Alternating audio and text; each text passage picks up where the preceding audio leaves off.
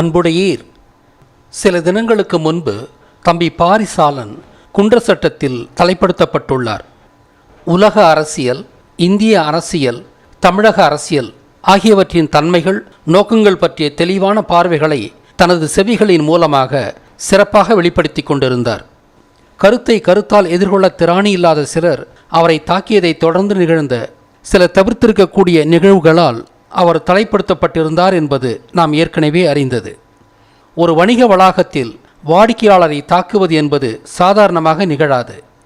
பாரிசாலன் தாக்கப்பட்டார் என்றால் அது அவரது பொது வாழ்க்கைக்கு விடுக்கப்பட்ட சவால் என்பதே பொருள். பாரிசாலன் சமூக நலனில் நாட்டம் கொண்ட மெத்த படித்த இளைஞர், எந்த ஒரு தகாத பழக்க வழக்கமும் இல்லாத குணசீலர். அவரது தந்தையார் இளங்கோ அவர்கள் தமிழ் இலக்கியத்தில் முனைவர் பட்டம் பெற்றவர். அவரது தாயார் தமிழ்ச்செல்வி அவர்கள் தமிழ் இலக்கியத்தில் முதுகலை பயின்றவர். அவர்கள் தங்களது ஒரே மகனான பாரிசாலனை சமூக அக்கறை கொண்டவராகவும் தமிழ் பற்றுள்ளவராகவும் ஒழுக்க சீலராகவும் வளர்த்துள்ளனர் என்பது உண்மையில் பெருமைக்குரிய விடயம். அவர்களுக்கு நமது பாராட்டுகளும் நன்றியும். சட்டத்துறையில் உரிய தகுதிகளோடு உள்ள தமிழர்கள் தம்பி பாரிசாலனுக்கு தேவைப்படும் சட்ட உதவிகளை அளித்து அவரது விடுதலைக்கு உதவுமாறு கேட்டுக்கொள்கிறோம். When I published my video on dragon being Murugan, a few people felt that I was stretching too much. Some of them had not seen all my videos on Murugan.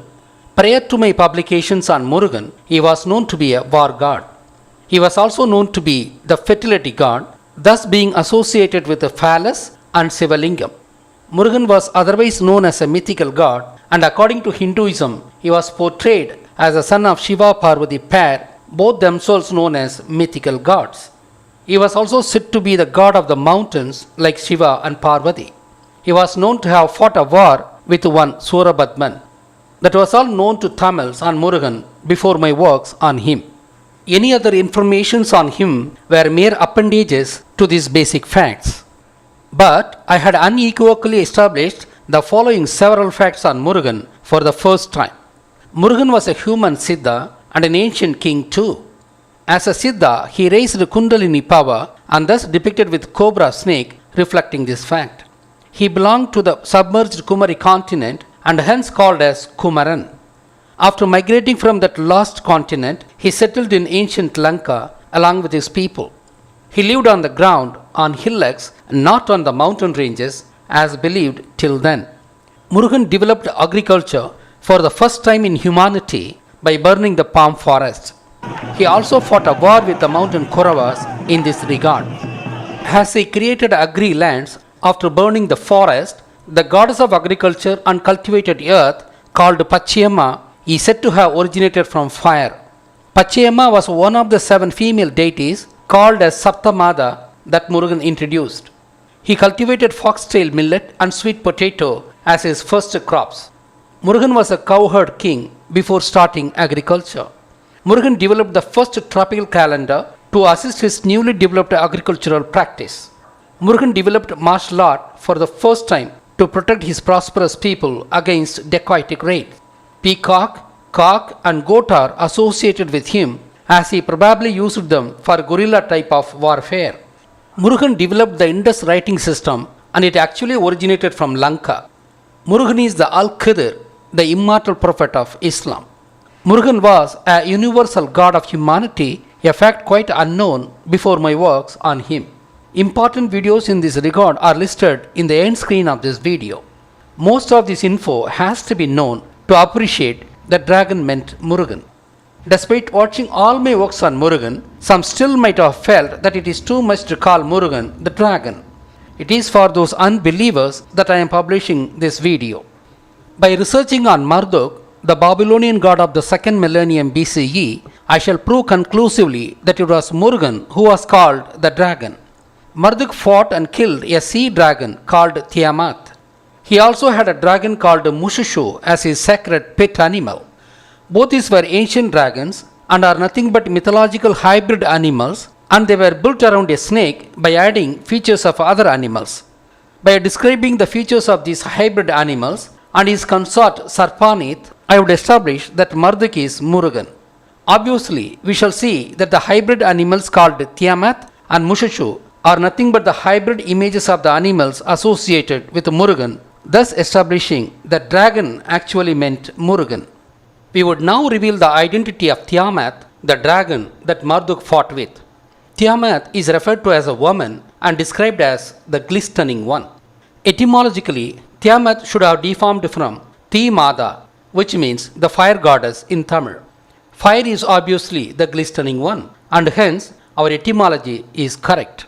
Who could be an equivalent deity in Tamil culture? We know that the agricultural deity associated with Murugan, called Pachiyamma, was considered as born of fire. Obviously, she was called Timada. Ti means fire and Mada means goddess. Thus, the agricultural goddess Pachiyamma was called Timada in ancient Babylonia and is deformed to Tiamat, the glistening one. Why was she seen as a sea dragon? We know that Pachiyamma was also called Meenakshi, named after fish and sea, thus the goddess of sea also. Obviously, Tiamat was a sea dragon. As Meenakshi, Tiamat is the goddess of salt sea. As Pachiyamma, she was the goddess of agriculture, which deals with the fresh water. Hence, it is conceived that Tiamat, the goddess of salt sea, married Abzu, the god of fresh water. Abzu should have deformed from Abhisuvai, which means very tasty water. Thus, it metaphorically means that Tiamat is related to both salt sea as Meenakshi and fresh water as Pachiyamma. We know that Pachiyamma and Meenakshi were one and the same deity. Why was she metaphorized as a dragon? Tiamat, that is Meenakshi, was created by Murugan as already stated. Thus, Tiamat represents Murugan. But as already proposed and established by me, Murugan was metaphorically represented by one mythical beast called a dragon, who was a hybrid animal built out of snake, goat and cock, the animals associated with Murugan. Thus, Tiamat representing Murugan was conceived as a dragon. Why should Marduk fight and kill Tiamat? Actually, Marduk himself was Murugan, as we would soon establish. That means Murugan killing Murugan himself. It's like George, who was Murugan, killing the dragon, who was again Murugan. Funny. These strange stories originated, as explained in my earlier dragon video, due to passage of very long time between the times of Murugan and the times of Babylonian Marduk. Thus, through Tiamat, we have established that Murugan was called a dragon, as Tiamat is referred to as dragon by ancient text. Next, Mushushu is the sacred pet dragon associated with Marduk. As Mushushu is referred to as a dragon by ancient text, if I establish that it represents Murugan, then it would mean Murugan was the dragon. The Mushushu is a creature from the ancient Mesopotamian mythology. A mythical hybrid, it's a scaly dragon with hind legs resembling the talons of an eagle, feline forelegs, a long neck and tail, a horned head, a snake-like tongue, and a crest. The Mushushu famously appears on the reconstructed Istar gate of the city of Babylon, dating 6th century BC. This Mushushu is also called Splendor Serpent. This is what is said about Mushushu. We shall prove that Mushushu means serpent in reality through etymology. We all know that the cobra makes whoosh whoosh sound. Woo sound would deform to moo sound. Thus, the whoosh whoosh sound of the snake would deform as mush mush, which together deforms as Mushushu. Thus, the name Mushushu originated from the sound that cobra makes.